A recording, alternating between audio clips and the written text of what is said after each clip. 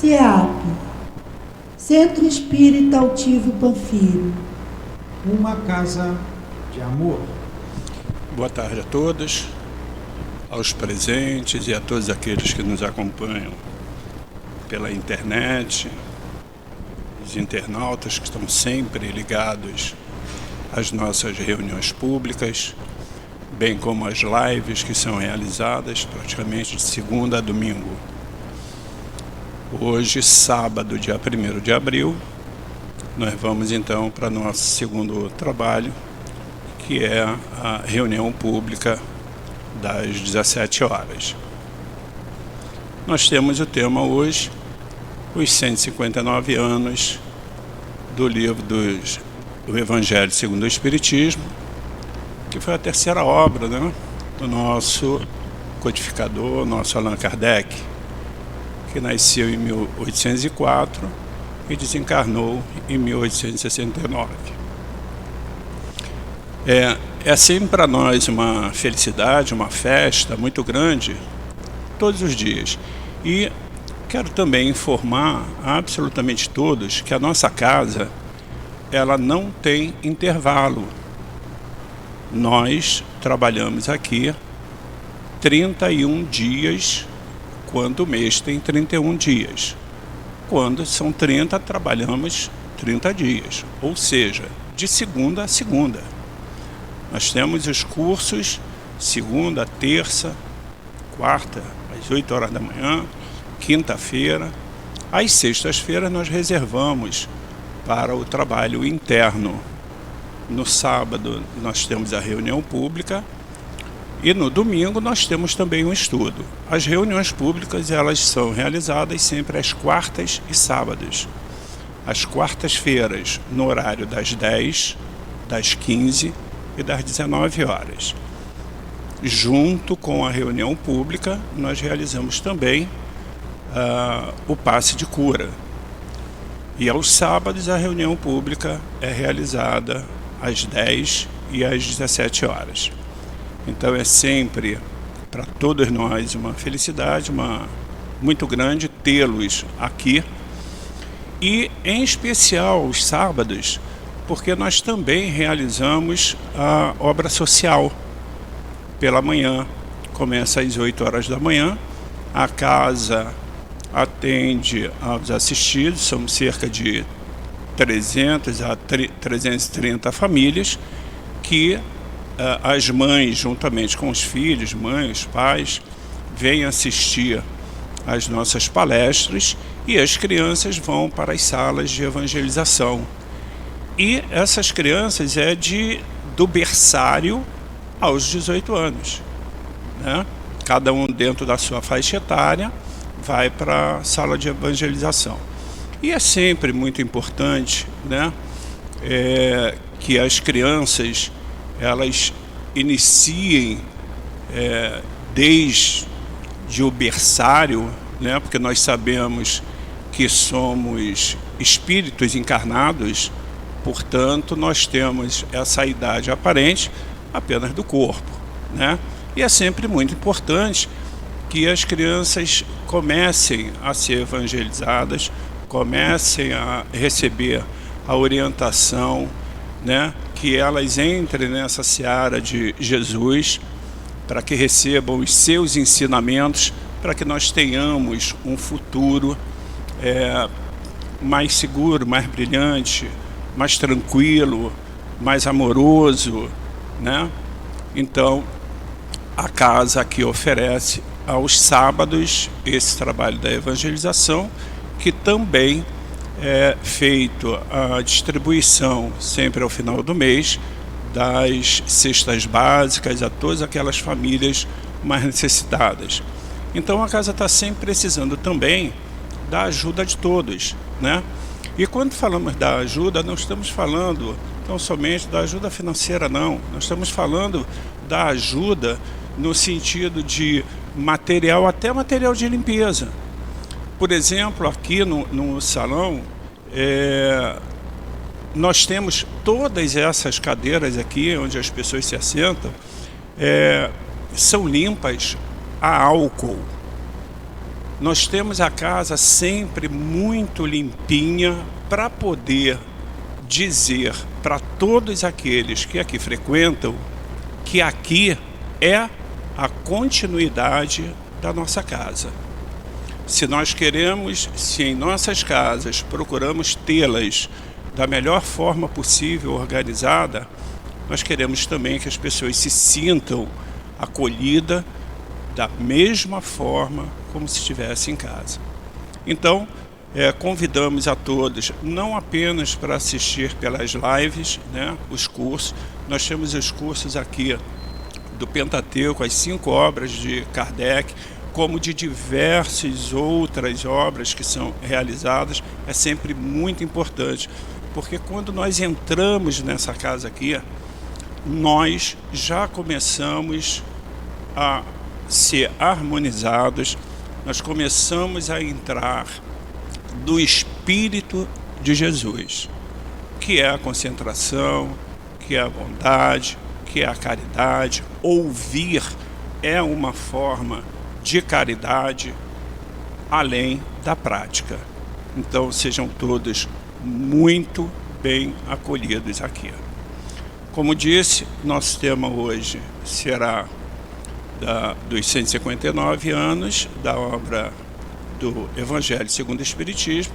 Quem vai nos trazer o estudo é o Roberto, que é o nosso companheiro já da casa. Sinta-se à vontade, sempre muito bem acolhido, e sempre com os seus estudos, que nos gratifica poder estar aqui ouvindo. Quem vai fazer a sustentação do passe é a Maiara, e nós vamos abrir os trabalhos com o Evangelho segundo o Espiritismo, no seu capítulo 13, no item 19, que nos diz: capítulo 13, que a vossa mão esquerda não saiba o que a direita está recebendo fazendo. Benefícios pagos com a ingratidão. O que pensar das pessoas que, tendo os benefícios que fizeram pagos com a ingratidão, não fazem mais o bem, com receio de encontrar ingratos? Nessas pessoas existem mais egoísmo do que a caridade, visto que fazer o bem só para parecer provas de reconhecimento não é fazê-lo com desinteresse. E o único benefício que agrada a Deus é o que é feito desinteressadamente. Nelas também existe o orgulho, porque se comprazem na humildade de quem recebeu o benefício, que deve demonstrar o seu reconhecimento aos seus pés. Aquele que busca na terra a recompensa do bem que fez, não a receberá no céu, mas Deus terá interesse por aquele que não a procura sobre a terra. É preciso sempre ajudar os fracos, mesmo sabendo antecipadamente que aqueles a quem se faz o bem não agradecerão.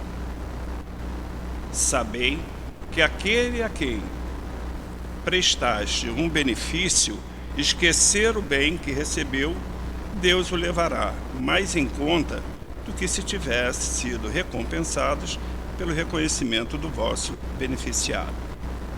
Deus permite, por vezes, sejais pagos com a ingratidão, para provar vossa perseverança em fazer o bem.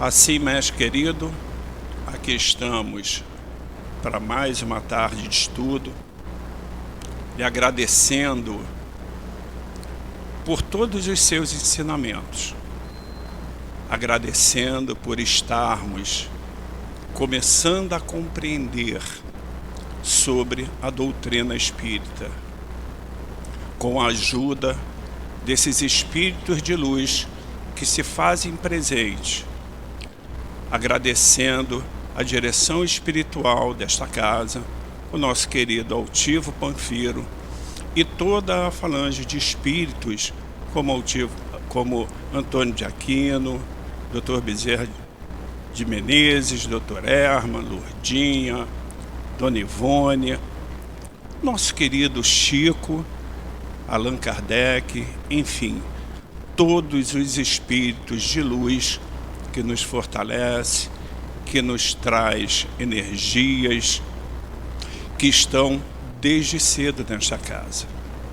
Mestre Jesus, não poderemos deixar de agradecer ao Pai pela bênção que nos traz, pela bênção que nos dá, por podermos estar, por podermos amanhecer a cada dia e podermos seguir a estrada que Jesus nos ensinou. Assim, já sentindo harmonizado, já sentindo agradecido, pedimos a sua permissão, Mestre, mas acima de tudo a permissão de Deus Pai, para darmos por iniciado a reunião pública da tarde de hoje. Graças a Deus. Vamos então passar a palavra para o nosso querido Roberto, que com muito carinho preparou o estudo da tarde de hoje. Deus já abençoe. Obrigado. Tem um cartão ali. Bom, pessoal, boa tarde. Para quem estiver na internet, né? Bom dia, boa tarde, boa noite. Nunca sabemos o horário.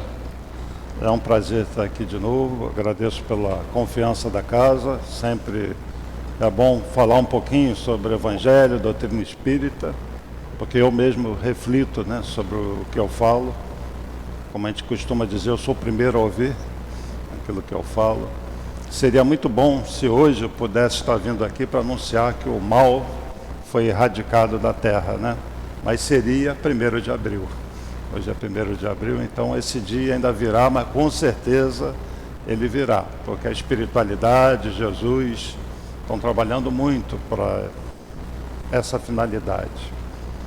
E o nosso tema hoje tem um pouco a ver com isso, né? A falta de maturidade que ainda existe na boa parte dos espíritos que estão encarnados aqui, a dificuldade em entender a vida como ela é, a beleza da vida. O Espiritismo não vem falar de morte, vem falar de vida, a vida além da vida que nós conhecemos. E essa informação é tão ampla, ela é tão bela, tão profunda, que a maior parte das pessoas tem dificuldade de entender ou de aceitar. É engraçado que eu percebo que as pessoas aceitam muito a possibilidade da existência da vida após essa vida. Mas quando se vê um filme, ou se lê uma obra como Nosso Lar, onde se fala de cidades astrais, de ruas, veículos, muitas pessoas viram a cara e falam, isso não pode ser assim, né? Isso é ficção, como é que podem acreditar numa coisa dessa? E a gente percebe o seguinte, a dificuldade é entender que a matéria, que a energia se apresenta de várias formas e que nós vivemos em apenas um estado vibratório, uma dimensão, uma realidade que para nós é palpável enquanto estamos aqui. E existe essa dificuldade de entender que a própria energia, a matéria, existe em várias dimensões, em vários estados. E nós transitamos entre essas dimensões. O espírito transita e vive sempre. A doutrina espírita é muito rica em informações. Na obra A Caminho da Luz, existe um trecho em que Emmanuel diz assim: existe uma comunidade de espíritos puros, da qual Jesus é um dos membros divinos. Então isso daí já é uma informação que Jesus não é o único. Existe uma comunidade de espíritos puros, ou seja, um grupo de espíritos que já passaram pelo processo evolutivo que nós estamos passando, que já atingiram essa condição de perfeição, que seria o pleno conhecimento das coisas e as virtudes, o amor desenvolvido a um nível que vai muito além do que nós compreendemos. e que Jesus é um desses membros. Ele não é o único. E diz mais que esses espíritos dirigem mundos.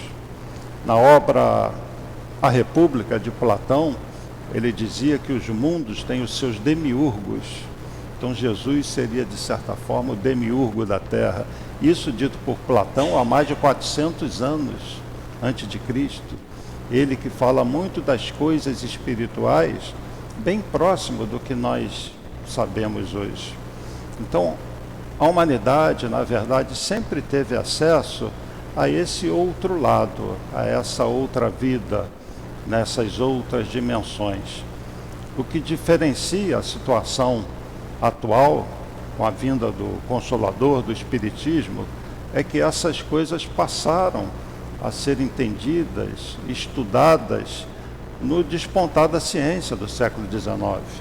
Porque antes não existia nem vocabulário para você falar de outras dimensões, em matéria, em outro estado, uma coisa etérea, as esferas espirituais, né? Naquela época se achava que a Terra era plana, cercada de monstros, os navegadores não iam muito a fundo no mar com medo de cair no abismo. Então, como falar de outros mundos, de outras esferas? Mas a doutrina espírita, então, vem no século XIX se aprofundando nesses assuntos. E uma das informações que Jesus, que é um desses membros divinos que dirigem mundos, um dos mundos que ele dirige é a nossa Terra. E isso já dá uma outra dimensão também sobre o papel de Jesus, né? Já é hora das pessoas tirarem Jesus da cruz e botar no coração.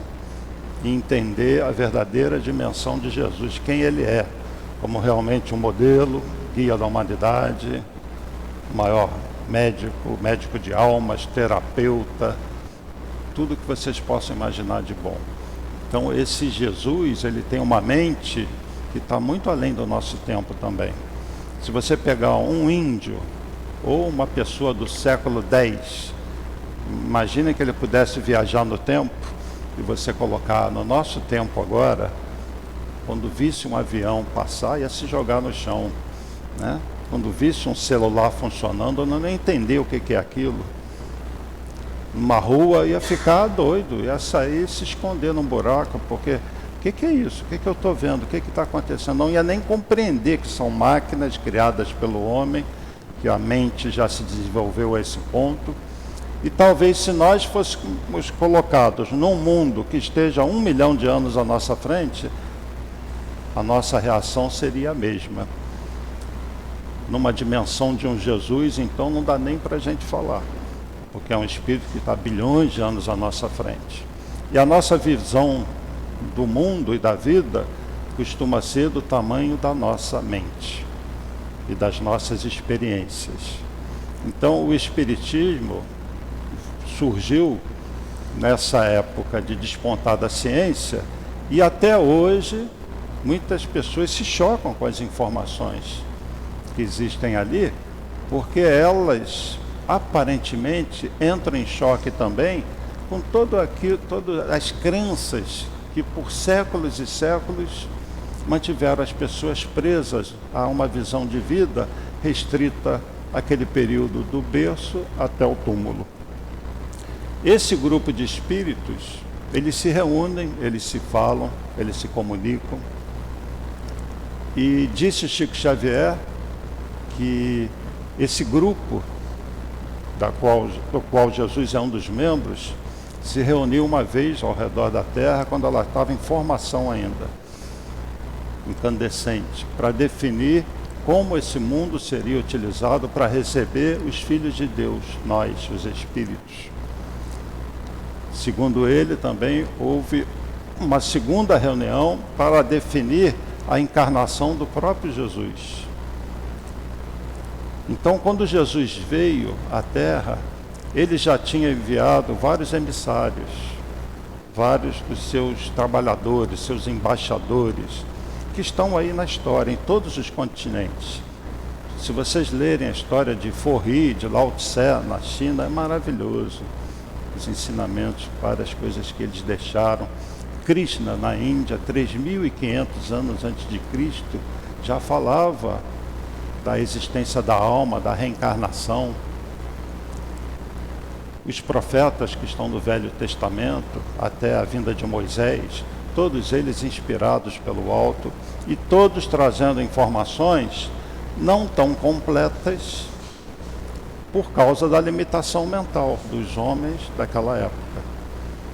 Então Jesus encarnou, criou um corpo que ele não tinha mais e não tem mais, porque já cessou há muito tempo o ciclo de reencarnações, já é um espírito puro, mas ele moldou de alguma forma um corpo para se apresentar entre nós. Ele se materializou entre nós, para deixar já ensinamentos próximos daquilo que nós necessitamos para a nossa reflexão, para a nossa evolução, para nosso entendimento da vida. Porque o bonito da informação completa que a gente tem hoje com a doutrina espírita é esse entendimento da vida, que a vida vai muito além dessa nossa existência. Então Jesus veio entre nós e deixou uma série de informações, ajustando certas coisas que Moisés, por exemplo, deixou. Porque você tem a lei de Deus, os 10 mandamentos, e tem as leis que Moisés deixou. Essas leis de Moisés, Jesus várias vezes deu umas ajustadas nela. E ele sempre falava assim: ouvistes que foi dito que, o que Moisés falou, eu porém vos digo. É ele corrigindo o que Moisés deixou. Porém, os 10 mandamentos, aquelas primeiras leis, essas aí são imutáveis. E ele disse: eu não vim destruir a lei, mas eu vim fazer cumprir, né, a vontade do Pai. Então Jesus vem e quebra vários paradigmas. Amai os vossos inimigos. Imaginem na cabeça de um judeu que era subjugado pelo romano e que sonhava que o Messias, anunciado por aqueles profetas do Velho Testamento para nós, na Torá para os judeus, que diziam que aquele Messias viria libertar o povo. Essa libertação não era a libertação que eles imaginavam, não era um guerreiro, né? Jesus veio libertar as almas pelo amor. Então, quando Jesus fala amai vossos inimigos, imaginem a repercussão disso entre os próprios judeus. E ainda hoje, né, amar o inimigo é uma coisa muito difícil para a maior parte de nós. Então Jesus quebra paradigmas, nos mostra um outro modelo, uma outra maneira de pensar a vida. Foi isso que ele deixou, uma nova maneira de pensar a vida. E Jesus então fica aqui durante um tempo muito curto, um tempo precioso, talvez a época mais importante da história até hoje, e um pouco antes dele ser preso, ele iria para a cruz, um pouquinho antes, isso está no Evangelho de João, ele fala assim: muitas das coisas que eu estou ensinando vocês não compreendem, e muitas outras eu teria a ensinar que vocês não compreenderiam.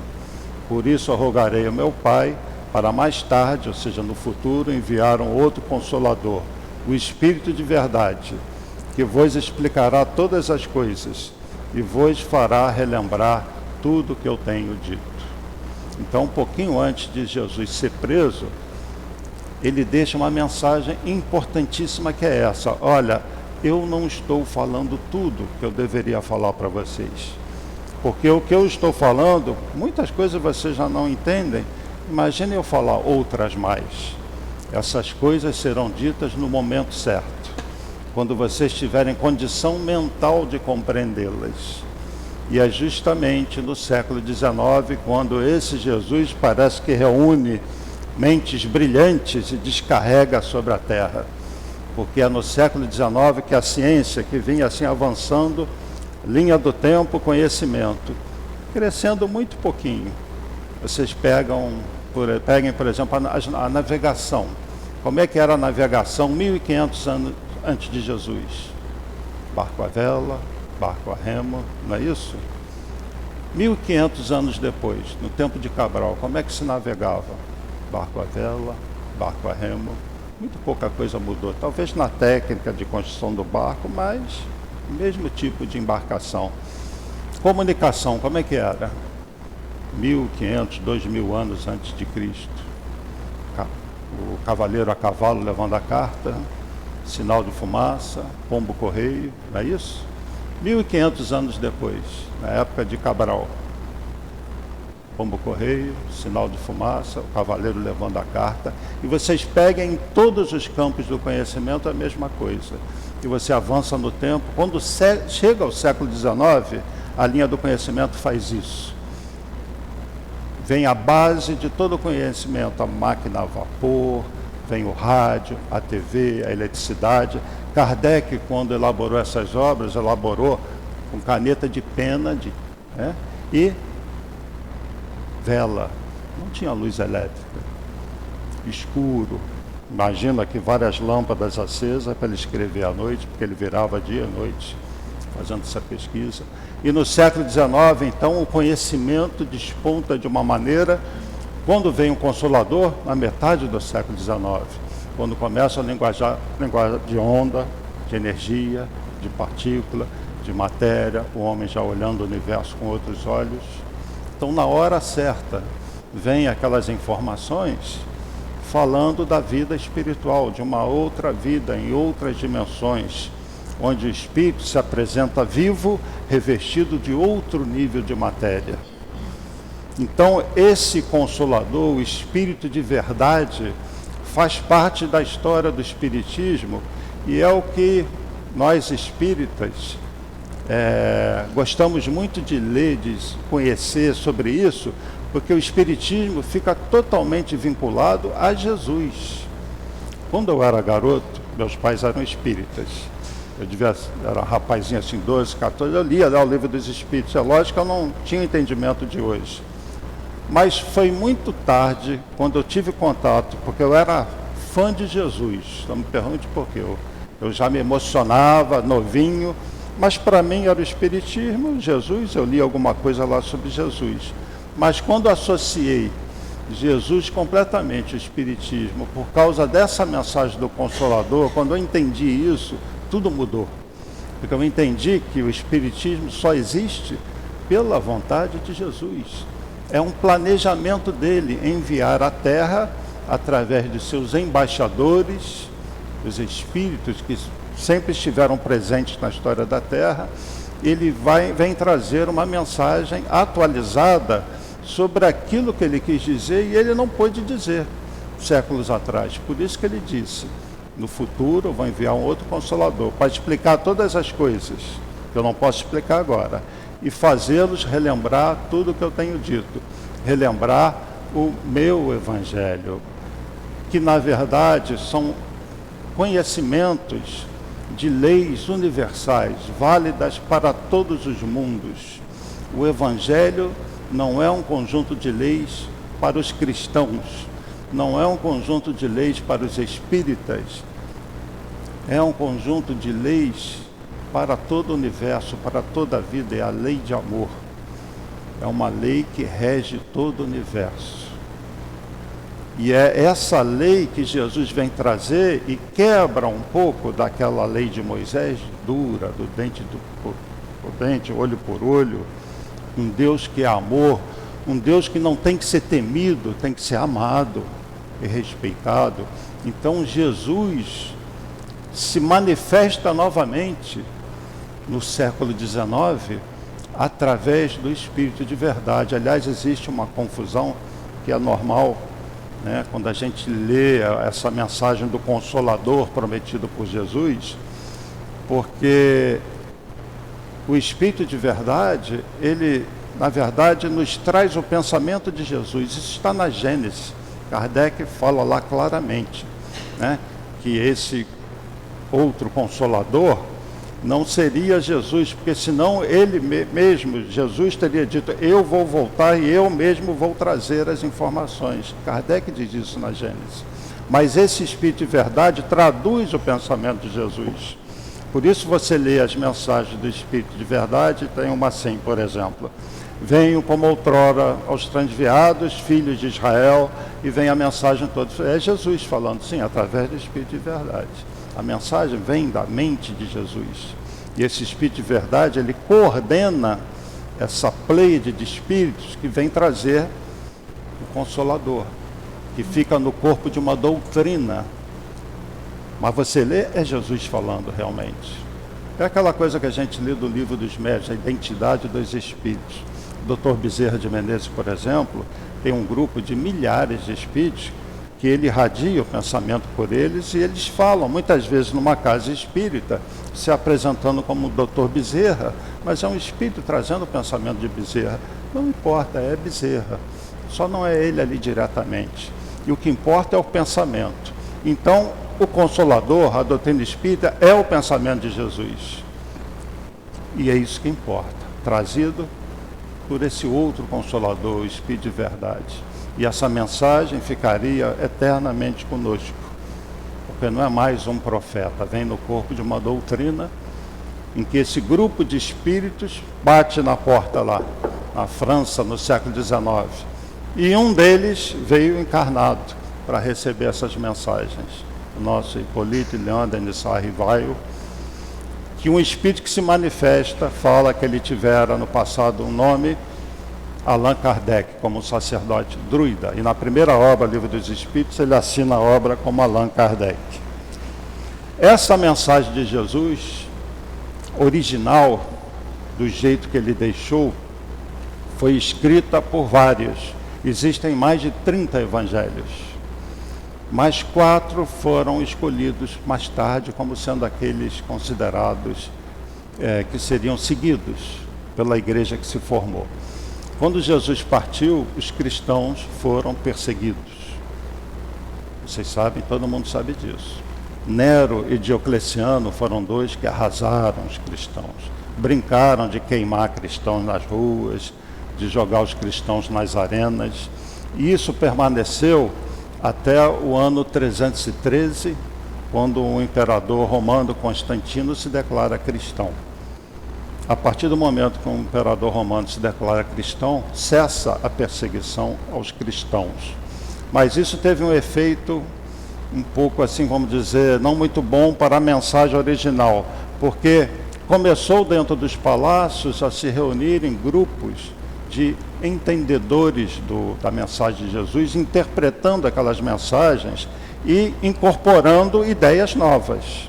Daí surgiram vários concílios, encontros daqueles membros que se diziam representantes do Cristo, traduzindo e colocando novas ideias e discutindo coisas do tipo: Jesus é Deus. Aí vem a história de Deus, Espírito Santo, a divisão, né? Como Jesus sendo Deus, Maria sendo colocada um pouco de lado, porque surge um movimento mais organizado dentro dos palácios. E aí vem concílio atrás de concílio. Num desses concílios foi definido que os 4 evangelhos seriam estes, de Marcos, de Lucas, João, Mateus, e os outros passaram a ser evangelhos apócrifos. Esses grupos foram se reunindo e aquele caráter de simplicidade, de humildade daqueles primeiros cristãos, aquilo foi sendo perdido. E literalmente o cristianismo veio para dentro dos palácios. E sem nenhuma, assim, isso é um fato, né? Mas nenhuma conotação de querer criticar como algo negativo, mas o próprio Vaticano hoje representa isso. O Papa é como se fosse um rei, representante do cristianismo, num palácio, num trono cercado de ouro. É a imagem do Império Romano dentro do Vaticano. E esse cristianismo se fracionou em várias correntes, em várias divisões. Inclusive, no ano 1054, houve um cisma, onde se separou essa igreja, que foi se formando ao longo dos tempos. Então, se formou aí efetivamente a Igreja Católica Apostólica Romana e a Igreja Cristã Ortodoxa, nesse cisma. E a Igreja Ortodoxa tem o seu Papa, que é o Patriarca. Então, na Europa Oriental, muitos europeus veem, o Papa deles é o Patriarca, não tem nada a ver com o Papa da Igreja Católica. Num determinado tempo da história, Lutero prega na porta de uma igreja um documento de protesto contra aquelas ideias que estavam sendo formadas nos concílios, que se afastavam muito daquilo que estava na Bíblia, e ele achava que tinha que seguir os ensinamentos da Bíblia. E esse grupo começou a ser perseguido como sendo os protestantes, que estavam protestando contra aquele tipo e mais uma divisão na igreja. E esse grupo dos protestantes se fracionou em várias outras correntes e o cristianismo então foi se dividindo. E várias interpretações, várias correntes diferentes, mas o ponto principal, quem que realmente procurava seguir e ter um comportamento cristão? E hoje na Terra, do grupo que se diz cristão, nós somos cerca de 2 bilhões e pouco, não somos mais maioria, a maioria são os muçulmanos. Quantos que realmente são cristãos, seguem aquilo que o Cristo ensinou? Isso vale para os espíritas, né? A gente fazendo uma autocrítica, quantos espíritas seguem realmente o que Jesus, ou se esforçam para domar suas más tendências? Essa é a luta interna do espiritismo, nós nos modificarmos, para não ficarmos... Eu aqui, por exemplo, é fácil estudar, ler, falar, mas será que eu pratico isso? Será que eu me esforço, pelo menos, para ser menos egoísta, vaidoso? Eu faço algum progresso? Isso vale para todos nós. Então, quantos dos cristãos realmente empreendem esse esforço, essa autocrítica? Aquilo que Santo Agostinho nos deixa na resposta da pergunta 919 do Livro dos Espíritos, né? O conhece-te a ti mesmo. Ao fim do dia, eu tentava ver o que eu fiz de errado, se eu fiz o mal a alguém, se eu tive a oportunidade de fazer o bem e não fiz, e procurava no dia seguinte me modificar e fazer diferente. Isso é a essência do autoconhecimento, da reforma íntima, né? Agora, quantos realmente fazem isso? Então, essa mensagem do Cristo foi se diluindo até que veio o Consolador para tentar colocar as coisas no seu lugar. Então, às vezes, a gente exige muito do Espiritismo. Poxa, mas nós estamos falando de 159 anos do Evangelho, né? É de 1864. Nós estamos há quase 2 milênios com essa divisão toda e ideias muito diferentes entre os próprios cristãos. Nós devemos trabalhar ao sábado. Isso é uma coisa dos judeus, né? Eu já vi grupos evangélicos discutindo isso. É engraçado, um grupo que dizia que não, nós podemos trabalhar ao sábado, e o outro falou, não, não podemos trabalhar no sábado. Então, essa divergência existe em todas as correntes. E são coisas sem maior importância. O importante é praticar a lei de amor. A gente tem que discutir mais essas questões que estão no Evangelho. Isso é que importa mais. E para que a gente tem que estudar, ouvir, assistir uma palestra? Eu mesmo assisti palestras às vezes, para a nossa reflexão, porque é através da reflexão que algo te toca e fala, eu preciso mudar, eu preciso me modificar. Kardec, então, tem um papel fundamental nesse projeto do Cristo de espiritualizar a humanidade, porque é disso que nós estamos falando. Todo o esforço de Jesus é para que a humanidade entenda que existem leis, existe uma realidade que é extrafísica, e essa visão da vida além da matéria que nós conhecemos é a grande barreira que a maior parte das pessoas ainda precisa vencer para entender que quando a gente fala de espiritualidade, a gente não está bem assim falando de religião. Nós estamos falando de uma realidade, que a ciência começa a chegar lá. A ciência começa a chegar e arranhar várias das informações, dos conceitos que a doutrina espírita traz. Nós temos no Livro dos Espíritos informações muito importantes, de cunho até científico, que só no século XX nós viemos confirmar. Nas obras de André Luiz, nós temos várias informações que hoje a AME, a Associação Médico Espírita, estuda e tenta extrair informações, coisas que eles podem aplicar. A série psicológica de Joana de Ângeles deveria ser lida e estudada por psicólogos e psiquiatras. Muitos já fazem isso. Nós já temos muitos médicos espíritas que veem o ser, além de uma pilha físico-química ou eletroquímica, mas como um ser integral em que circulam energias, onde a mente tem um papel importantíssimo até na saúde, o pensamento positivo, o processo de autocura, que é o que as casas espíritas também se esforçam em fazer. Porque quando as pessoas vêm numa casa como essa aqui, buscando tratamento, o processo é de autocura. Elas não são passivas, elas são ativas. Daí a importância delas se esforçarem, elas se interessarem em mudar, em se modificar. Muitas, com certeza, são convidadas a assistir palestras, a participar de cursos. Os cursos, os estudos que ele falou aqui, são fundamentais para essa reflexão, para essa mudança. O grande beneficiado com o estudo, com conhecimento, é aquele que busca esse conhecimento, não para apenas incorporar algo a mais, mas é para a sua modificação, para a sua mudança. E nesse contexto, o Evangelho, dentro da obra espírita, é o que traz a parte moral, a parte do comportamento, das relações.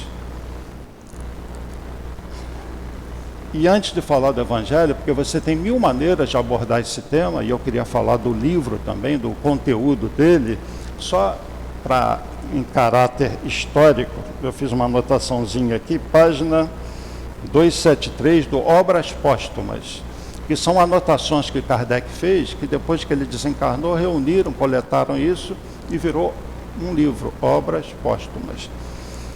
E Kardec fala sobre um guia espiritual dele. Morava eu, por essa época, na Rua dos Mártires, número 8, no 2º andar ao fundo. Uma noite, estando no meu gabinete a trabalhar, pequenas pancadas fizeram ouvir na parede que me separava do aposento vizinho. A princípio, ele nenhuma atenção deu, e ele já estava em contato com a espiritualidade. Tem um espírito muito ligado a ele, Zéfiro, e ele vai conversar com Zéfiro. Que pancadas são essas aí? E Zéfiro vai dizer o seguinte: era o teu espírito familiar. Ele fala para Kardec. Ele queria comunicar-se contigo. Podereis dizer-me quem ele é? Podes perguntar-lhe a ele mesmo, pois ele está aqui. Então Zéfiro fala, ele está aqui, né? E Kardec então vai conversar. Meu espírito familiar, quem quer que tu sejas, agradeço-me teres vindo visitar. Consentirás dizer-me quem és? Resposta: para ti chamar-te-ei a verdade. Bom, lembra do que Jesus falou? Vou rogar ao meu Pai para no futuro enviar um outro Consolador, o Espírito de Verdade, que vai explicar todas as coisas e fazê-lo relembrar tudo que eu tenho dito. É o próprio, aquele enviado do Cristo. E ele vai dizer para Kardec que ele estará disponível a Kardec por 15 minutos, uma vez por mês. Imaginem Kardec, né? Tem que aguardar aquele momento, 15 minutos, junto do Espírito de Verdade, para tirar todas as dúvidas. E nós vamos ver aqui que ele chegou ao ponto de corrigir partes que Kardec estava escrevendo sobre o Evangelho, segundo o Espiritismo, que era uma obra que ele não tinha falado para ninguém que ele ia fazer.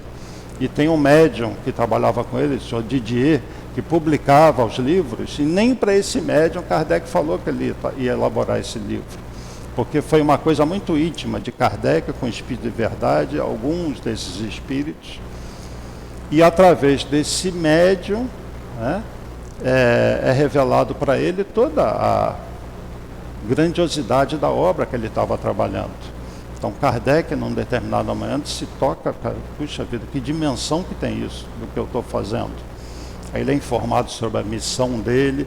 Então todas essas informações do histórico, de como Kardec elaborou essa obra, você encontra em trechos aqui do Obras Póstumas, e quem conhece como Kardec era meticuloso, como ele estudou a mediunidade, nós vamos ter uma ideia muito firme de algo que é muito importante para nós, a credibilidade dessas informações. Porque não é assim, um espírito veio, falou e Kardec botou no papel, não é isso. Ele mesmo fala, se fosse assim ele não teria dado atenção para isso. É a concordância, né? Eu vou aqui inventar uma história. Digamos que você tem uma avó que já faleceu. Você não conheceu essa avó. E tem uma informação que só a sua mãe sabe. Que ela tinha uma caixinha de bola vermelha com bolinhas brancas. Que ela guardou uma joia. E essa mãe, sua mãe não falou isso para ninguém. Aí vem o espírito dizendo, eu sou a sua avó. Ah, você é minha avó? Eu guardava uma caixinha vermelha com bolinhas brancas, uma joia. Pergunta a sua mãe. Mamãe, a mamãe fala, só eu sabia. Aí tem alguma coisa, né? Aí ela passa 2 anos, vai numa outra casa espírita no Amazonas. Aí vai lá visitar, aí um espírito se manifesta, eu sou sua avó. Você é minha avó? É. Lembra que eu te falei que tinha uma caixinha vermelha com bolinha branca? É diferente. Mais ou menos isso que Kardec fez. Ele ia checando com os espíritos as informações. E a concordância dessas informações é que fez com que ele elaborasse as respostas do Livro dos Espíritos, adotando alguns médios que ele confiou já há um tempo, mas sempre checando as respostas. Então, existe uma credibilidade em toda obra espírita. E o Evangelho, então, tem um caráter especial, porque nos liga completamente a Jesus. E esse Espírito de verdade, que aqui no capítulo 6 deixa várias, quer dizer, Kardec compilou nesse capítulo 6, o Cristo Consolador, várias informações, nos deixa uma mensagem que Kardec colocou no prefácio, que é muito importante. Olha só a beleza disso, que é uma intervenção espiritual na Terra, é basicamente isso que ele está falando, né? E desse momento, dessa importância, como se fosse uma segunda vinda de Cristo. Não ele se materializando mais para ser cuspido, crucificado, ridicularizado, mas é ele através dos seus embaixadores. Aí diz assim a mensagem: os Espíritos do Senhor, que são as virtudes dos céus, qual imenso exército que se movimenta ao receber as ordens do seu comando, espalham-se por toda a superfície da terra, e semelhantes a estrelas cadentes, vêm iluminar os caminhos e abrir os olhos aos cegos. Eu vos digo em verdade que são chegados os tempos em que todas as coisas hão de ser restabelecidas no seu verdadeiro sentido, para dissipar as trevas, confundir os orgulhosos e glorificar os justos. As grandes vozes do céu ressoam como sons de trombetas, e os cânticos dos anjos se lhes associam. Nós vos convidamos, a vós, homens, para o divino concerto. Tomai da lira, fazei uníssonas vossas vozes, e que num hino sagrado elas se estendam e repercutam de um extremo a outro do universo. Homens, irmãos a quem amamos, aqui estamos junto de vós.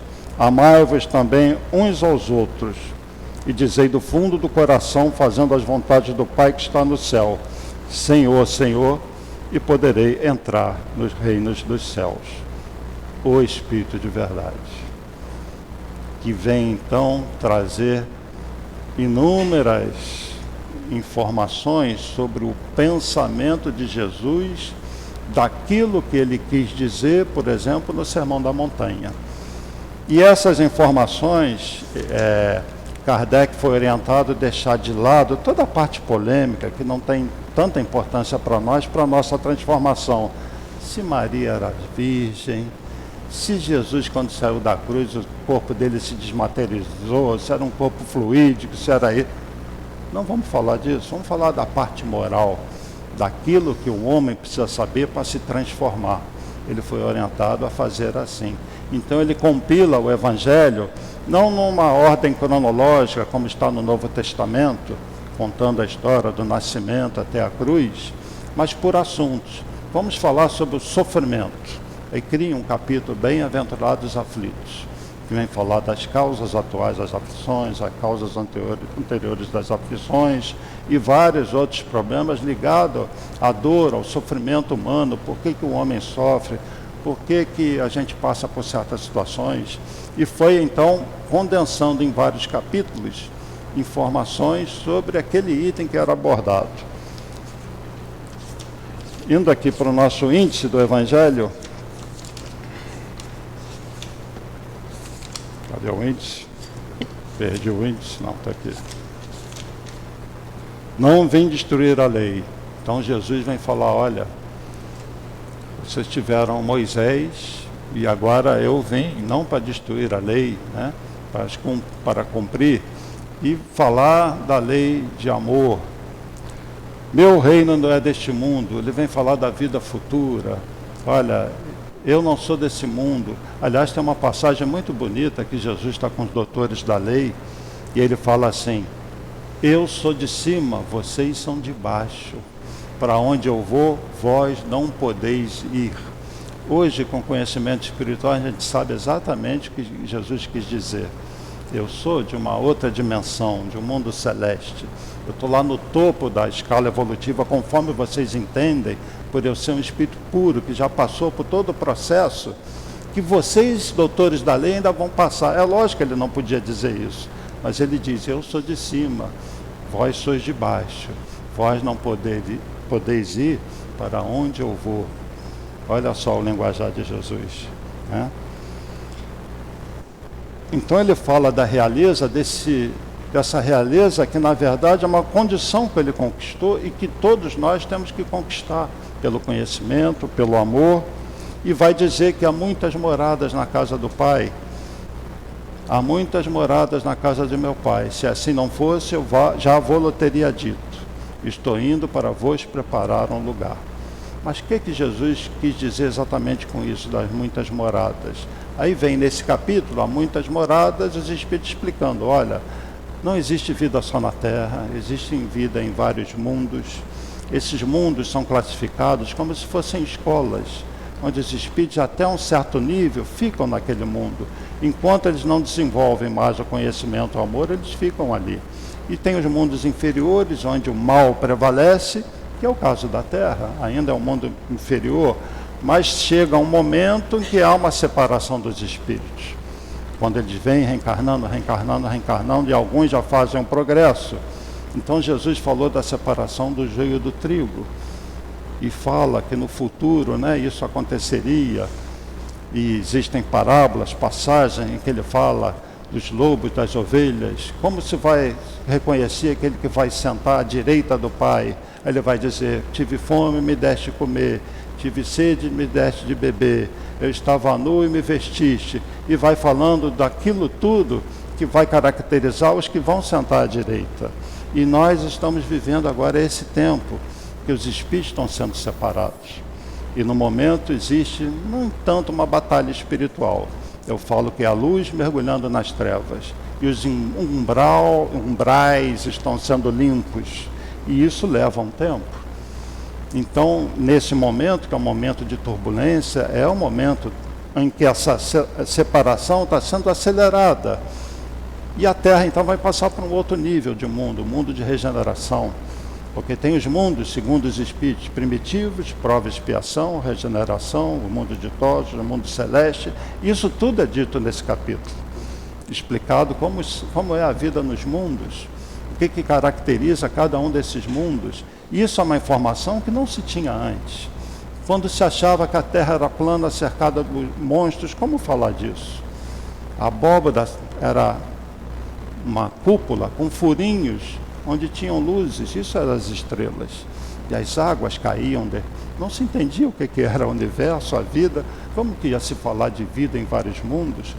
E essas moradas também não são as moradas dos mundos que nós vemos, existem mundos que a gente não vê ao redor da Terra, existem várias faixas vibratórias, esferas espirituais, como se fossem vários mundos concêntricos, num único mundo. Isso é o orbe terrestre, isso é falado nesse capítulo. Então essa visão vem depois do século XIX, e isso está no Evangelho, que é para relembrar o que Jesus havia dito, mas com entendimento espiritual. Esse é o objetivo do Evangelho. A gente coloca a visão espiritual naquilo que Jesus disse. E essa é a riqueza do Evangelho. Mas como atingir esse reino dos céus? Aí tem um capítulo seguinte: ninguém poderá ver o reino de Deus se não nascer de novo, que fala da reencarnação. Ah, mas Jesus não falou sobre a reencarnação? Falou. O Nicodemo, ele falou que ninguém atinge o reino dos céus se não nascer de novo. Não, mas isso era o batismo, era errado. Os judeus acreditam em reencarnação. Tem uma palavra em hebraico, Gilgul Neshamot, reencarnação, transmigração de almas. Quando Nicodemos vai falar com Jesus, ele procura um tema complicado e vai falar de Gilgul Neshamot, e Jesus confirma: não te admires que eu te haja dito, porque ele falou várias vezes, que o homem precisa nascer de novo, reencarnar, para atingir o reino dos céus. E na verdade esse entendimento no judaísmo vem há pouco mais de 500 anos, quando um rabino chamado Isaac Luria nos deixa uma obra, e você vai ver a vida de Isaac Luria. Era médium, claramente, falava com os espíritos. E o nome dessa obra é Portal das Reencarnações, que é estudada hoje dentro do judaísmo, sobre a reencarnação. E aí os judeus têm uma visão de que existem vários níveis, Nefesh, Neshamó, e se você não atinge aquilo que você veio num planejamento, você volta para cumprir aquilo que você não cumpriu.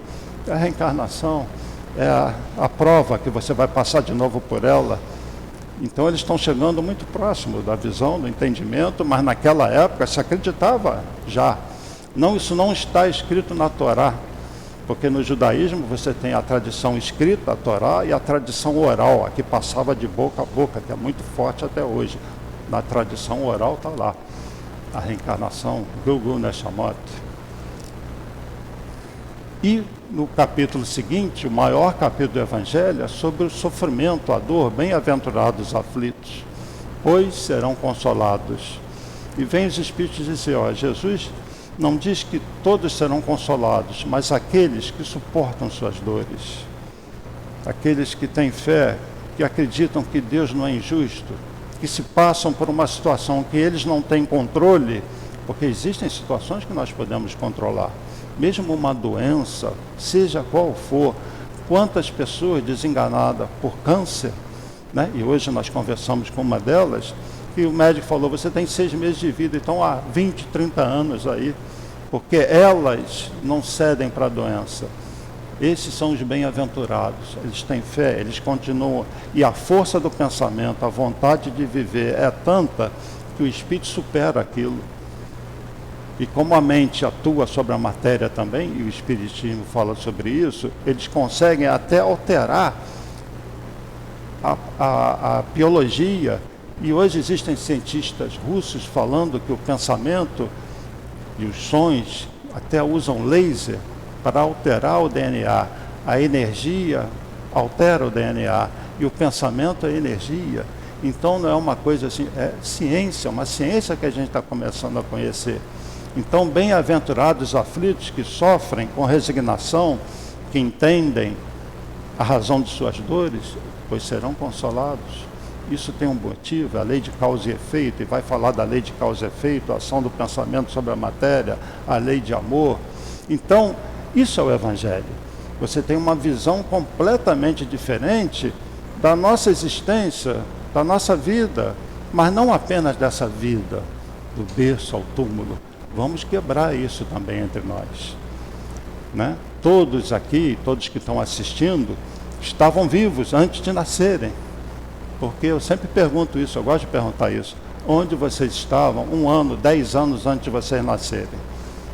Estavam mortos? Ué, não tinham nascido, como é que estavam mortos? Não tinham sido criados por Deus? Estavam na vida espiritual, né? Vocês já deixaram vários corpos por esse mundo, e esses corpos estão nesses cemitérios. Como esses corpos nossos agora vão estar. Mas nós não éramos aqueles corpos. E nós não somos esse corpo. Então isso aqui é uma vestimenta. Uma necessidade que a gente tem de temporariamente esquecer do passado, passar por novas experiências para você passar pelas provas morais. Porque o projeto de Deus para nós vai muito além dessa existência. E o nosso tempo é muito curto. Eu gostaria de continuar falando, até abordar todos os capítulos aqui do Evangelho, mas só para exemplificar, eu arranhei alguns. Então, é de uma riqueza esse Evangelho e nossa homenagem a Hippolyte Leon-Denis Arrivai, Allan Kardec, que brigou contra a igreja, brigou assim entre aspas, na verdade a igreja brigou com ele. E esse espírito que se manifestou, o próprio Espírito da Verdade, falou: o clero vai gritar, porque você está vendo com ideias que há muito tempo eles cultivaram, de céu, inferno, e tudo isso que nós estamos trazendo através de você vai contra essas crenças antigas. Então eles vão reclamar, e reclamaram muito. Livros foram queimados, e até hoje existe muita resistência, porém tudo está mudando. A gente vê isso nas artes, vê no cinema, já falando de espiritualidade, as próprias pessoas já não aceitam mais certas coisas. E com a ciência avançando, como disse o Chico, a vida espiritual vai ser reconhecida pela ciência. O Chico fala até de um novo tipo de televisão, décadas mais à frente, que ao sintonizar um certo sinal, as pessoas vão ficar: ué, da onde está vindo essa imagem, esse som? E vai ser o mundo espiritual. Hoje nós já temos a transcomunicação instrumental. Pessoas que através de aparelhos conseguem algum tipo de informação da espiritualidade. Mas isso é para o futuro, um futuro próximo. Muita coisa vai mudar. Mas o que tem que mudar mesmo somos nós, por dentro. E o melhor roteiro que a gente tem para reflexão, para mudança, é o Evangelho. E nada melhor que o Evangelho com a visão espiritual mais profunda, atualizada, associando ciência com as nossas crenças. Então que a gente possa aproveitar essa obra magnífica, que é um roteiro de vida, e que Jesus abençoe esse nosso Allan Kardec e todos os outros que vieram, que passaram muitas dificuldades, o nosso Chico Xavier, e o nosso Divaldo, que ainda está entre nós, e muitos outros, Dona Ivone, todos muito abnegados, né? Mas o nosso Kardec foi quem abriu os caminhos. Então que Deus abençoe a eles, a ele, a todos eles, a todos nós, né? Que somos aqueles que temos a obrigação de continuar levando essa mensagem de esclarecimento e de espiritualização da humanidade para vivenciar a lei de amor e nos transformarmos pelo nosso esforço. Isso é um trabalho individual, é de cada um, né? As informações nós temos. Então, obrigado aí pela atenção. Passei um pouquinho, né? Desculpa. Que Jesus abençoe a todos.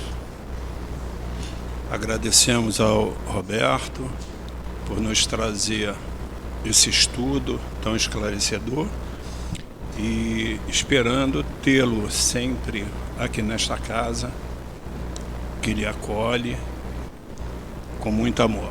E vamos passar então para o segundo momento, que é o momento do passe. Pedimos a gentileza aos médicos que se posicionem.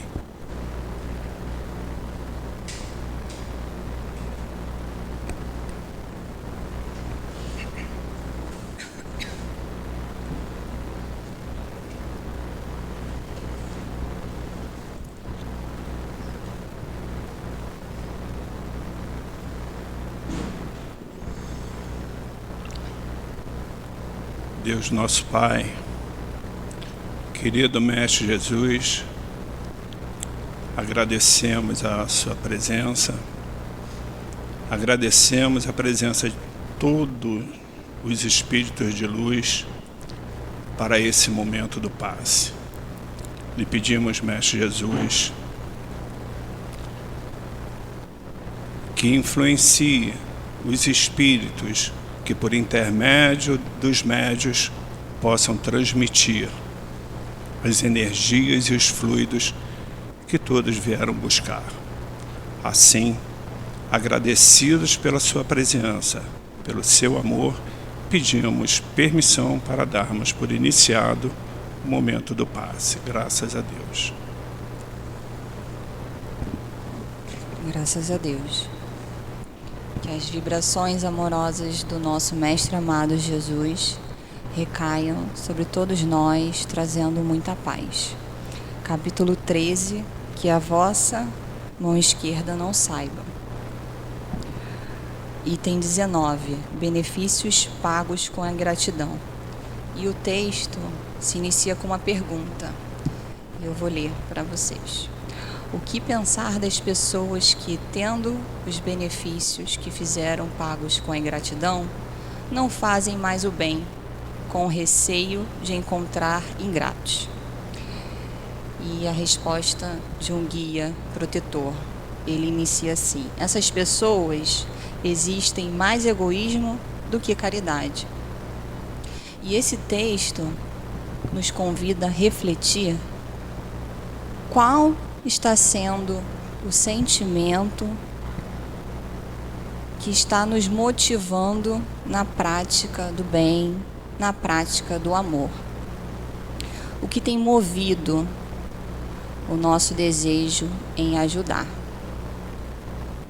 Porque sabemos que o amor legítimo de Deus, ele não visa recompensa, não visa interesse próprio, ele não impõe condições em ajudar, ele não põe limites, né? Ele não impõe limite, porque muitas das vezes a gente quer ajudar, mas a gente quer pôr limite, né?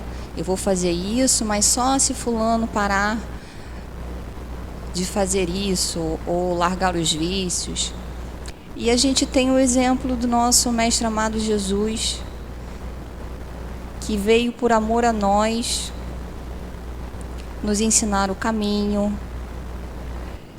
e nós os recebemos com a cruz. E ele impôs condições em nos ajudar? Não. Então por que devemos fazer com o próximo, né?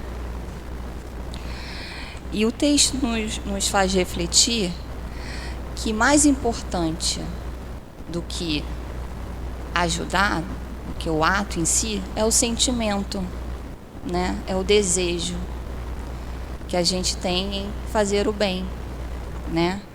E o segundo item que a gente pode destacar aqui é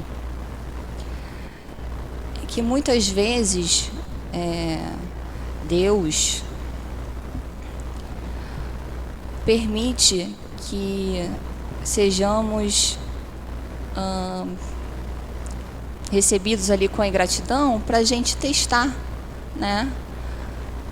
A nossa vontade em fazer o bem, em perseverar no amor.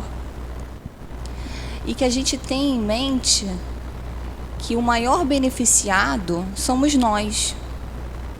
Porque quando a gente ajuda, nós estamos nos ajudando a nos tornarmos pessoas melhores, mais humildes, mais simples, mais amorosas, mais caridosas. Então que a gente tire dos nossos corações que o outro é o maior beneficiado. Nós estamos sendo beneficiados, né? E quando o nosso irmão nos responde com a ingratidão, que a gente não deixe também de praticar o bem, o amor, por conta do outro, né? Que o amor é uma sementinha que a gente planta e ela não se perde no tempo e no espaço. Essa sementinha vai eclodir, ela vai frutificar. E que possamos pedir sempre aos nossos guias, pedir sempre a Jesus a inspiração na prática do bem, na prática do amor, que a gente faça sem desinteresse, porque quando a gente espera algo em troca, a gente não está agindo por amor. Muitas das vezes a gente está agindo pela nossa vaidade, pelo nosso orgulho, né, de querermos parecer bons, né? Então que possamos refletir sobre isso e que as vibrações de Jesus recaiam sobre nós, inundando o nosso coração de muito amor, muita paz e gratidão. Ao nosso querido Hipólito Leão, Denizar Rivail, nosso querido Allan Kardec, o nosso sincero agradecimento pela sua obra. A Deus Pai, é o nosso Mestre Jesus, por nos permitir estar nesta casa de amor.